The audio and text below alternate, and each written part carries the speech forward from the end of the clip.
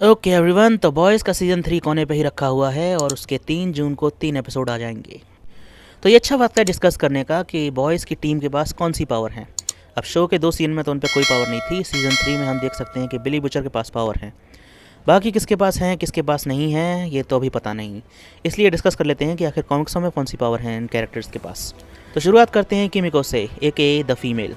अब फीमेल के पास वही पावर हैं जो उसके पास शो में हैं। उसके पास है स्ट्रेंथ, ड्यूरेबिलिटी और उसकी सेवेजरी, मतलब वो चीर फाड़ करने में माहिर है और उसके पास हीलिंग फैक्टर भी है। ये द बॉयज़ की सबसे स्ट्रॉन्ग कैरेक्टर है उनकी टीम की, जो उनके काफ़ी काम आती है लड़ाई दंगे में। इसके बाद है फ्रेंची। अब फ्रेंची को पावर ही कंपाउंड वी से मिली थी और इसकी जो पावर है वो सिमिलर है किमिको के। इसके पास स्ट्रेंथ है, ड्यूरेबिलिटी है और हीलिंग भी है, लेकिन इसकी जो एक पावर है जो उससे अलग है वो है इसकी सुपर स्मेलिंग। मतलब ये बहुत बेहतरीन तरीके से कुत्ते की तरह सूंघ सकता है, इसीलिए ये बहुत काम आता है बॉयज़ के सूंघ कर पता लगाने में, डिटेक्टिव वाले कामों में। इसके बाद है ह्यूई। अब ह्यूई के पास कोई पावर नहीं थी कॉमिक्सों में शुरू में, उससे तो बुचर ने रिक्रूट किया था बाद में, ऐसा ही शो में भी है।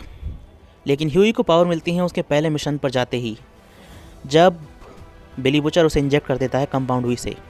ऑफकोर्स उसकी मर्जी नहीं होती, उसे अचानक से इंजेक्ट कर देता है। उसके बाद ह्यूई को वही पावर मिल जाती हैं जो यूजुअली सुपर हीरोज़ पे होती हैं, यानी कि strength, durability.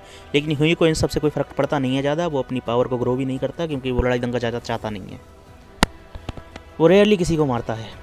Next we have mother's milk. अब मदर्स मिल्क का केस थोड़ा अलग है। इसको कंपाउंड वी के इंजेक्ट करने से पावर नहीं मिली, इसको पावर मिली है अपनी माँ से। तो हुआ कुछ ऐसा कि इसकी माँ एक डॉग फूड की फैक्ट्री में काम करती थी, जहाँ पर डॉग फूड को पैक किया जाता था। लेकिन वो फैक्ट्री डॉग फूड के काम करने से पहले कंपाउंड वी को बनाया करती थी।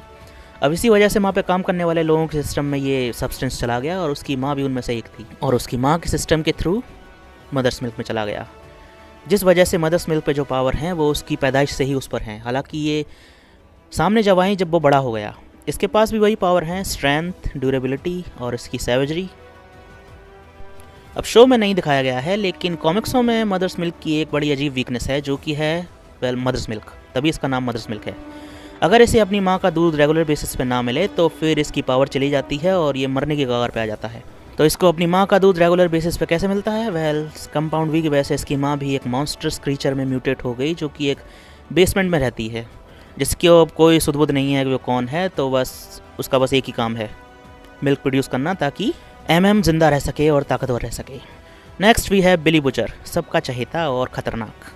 अब इसको भी कंपाउंड वी से सेम पावर ही मिली है। इसके पास है स्ट्रेंथ एंड ड्यूरेबिलिटी और इसकी जो सबसे ख़तरनाक पावर है वो है इसकी नफ़रत, इसकी सैवेजरी, इसका खून खराबा करने का पैशन, जो सिर्फ सुपर हीरोज़ पर ही काम आता है।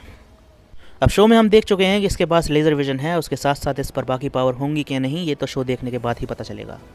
तब तक के लिए शो का इंतज़ार कर दो, मिलते हैं अगले वीडियो में। Till then take care and bye bye.